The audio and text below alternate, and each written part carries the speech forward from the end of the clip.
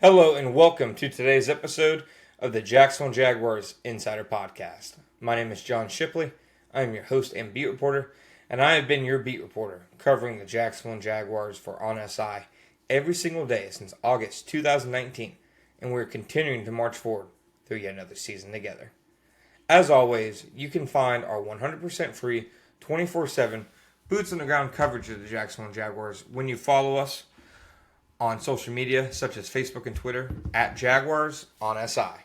You can also find us at www.si.com/NFL/Jaguars. All right, folks, welcome to today's episode of the Jacksonville Jaguars Insider Podcast. Today we are giving our final prediction for the Jaguars versus the Los Angeles Rams in Week 7. Guys, this is a tough one. This really is.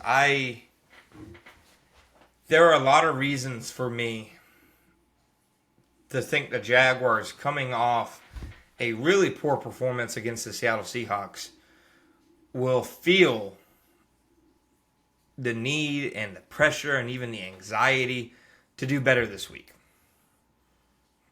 I think the message of, they are hurting themselves more than anything and they need to clean up their mistakes has and or will get across. I'm not concerned about that when it comes to the Jaguars' chances to win. I think that the locker room has the right mindset. I thought they had the right mindset going into the Seahawks game. Today you just get beat. It felt like the Jaguars were rolling into that game on fumes. It felt like they weren't healthy, and it felt like from just the first play to the last one, the Seahawks just physically beat them. I'm confident in the locker room's resolve and in head coach Liam Cohen's ability to get them pointed in the right direction, to the extent that I don't even factor that into how I look at this week. I don't think about them being shell-shocked or anything like that, or the pressure of dropping another game. But when you look at this matchup between them and the Los Angeles Rams, there are some aspects of it where you get encouraged, and there are other aspects that just spell potential bad news to the Jaguars. I think the first aspect has to be the Los Angeles Rams defensive front against the Jaguars offensive line. This is going to be the best defensive front, defensive line, whatever you want to call it, the Jaguars have played this year. And they played a really good one last week in Seattle. They played a really good one in Week 3 against the Houston Texans. But the Texans don't have an interior guy like the Rams have. And the Seahawks don't have two different edge guys like the Rams have. The Rams have athletes who can beat you on the edge, who can beat you inside. I mean, their NASCAR package is one of the nastiest in the entire NFL. So, for me, I see it as the Jaguars simply need to figure out a way, whether it's scheming things up in protection. I mean, Liam Cohen even said last week they did a decent amount of chips. Whether that's scheming things up in protection, getting the ball out of Trevor Lawrence's hand quickly, or to me the most important thing, establishing the run against a defensive line and defensive front as better as pass rushers than they are against the run. What can Liam Cohen do to help the Jaguars? Because that is as big of a disadvantage as the Jaguars will face all season, other than the Denver Broncos game later this year. Broncos are a defense I put right up there with the Rams in terms of their defensive front.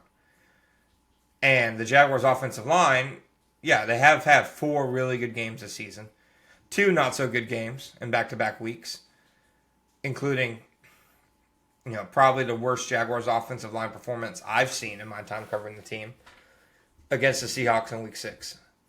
So who is the Jaguars offensive line? Is it the one that was stalwarts through the first month of the season, didn't allow a single quarterback hit against the 49ers? Or is it the one that has taken a step back the last 2 weeks? I think, as usual, the answer is somewhere in the middle. I don't think the unit is as bad as they were in Seattle. But I also don't think it's as good as maybe people thought it was after the first month of the season. In a lot of ways, I guess you could say, I feel like the offensive line was punching above its weight. And the last 2 weeks has come back down to earth.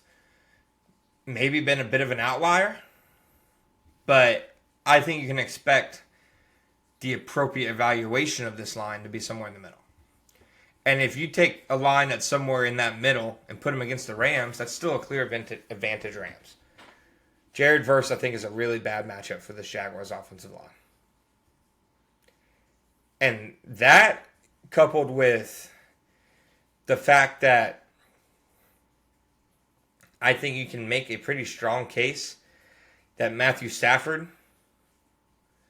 is one of the two best, along with Mahomes, quarterbacks that the Jaguars have in their schedule this year, is why I am going Rams 23, Jaguars 17 in this one. I told you guys after this 49ers game I wasn't going to pick against the Jags again until they lost. I didn't pick against them against the Seahawks. I picked for them to win. They obviously didn't. I'm going with the Rams this week. I just think it's a bad matchup for the Jaguars and where the Rams are strong and where the Jaguars are weak. Now, there are definitely some things that the Jaguars are much better at than the Rams. The Rams have an offensive line that's not great at running the ball and resetting the line of scrimmage. The Jaguars can definitely make this a one-dimensional game, which is really, in a lot of ways, how they created so many turnovers over that first, 4-game stretch. They're able to get teams in third and longs, in second and longs, clear passing situations so they can pin their ears back.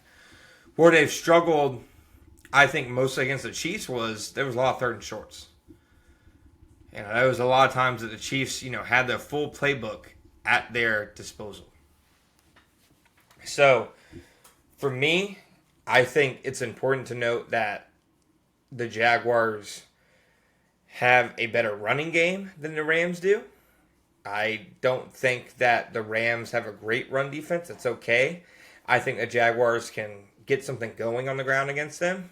And on the flip side, I don't anticipate the Rams having a ton of success on the ground against the Jaguars. But it's still Matthew Stafford. That's where I continue to come back, people.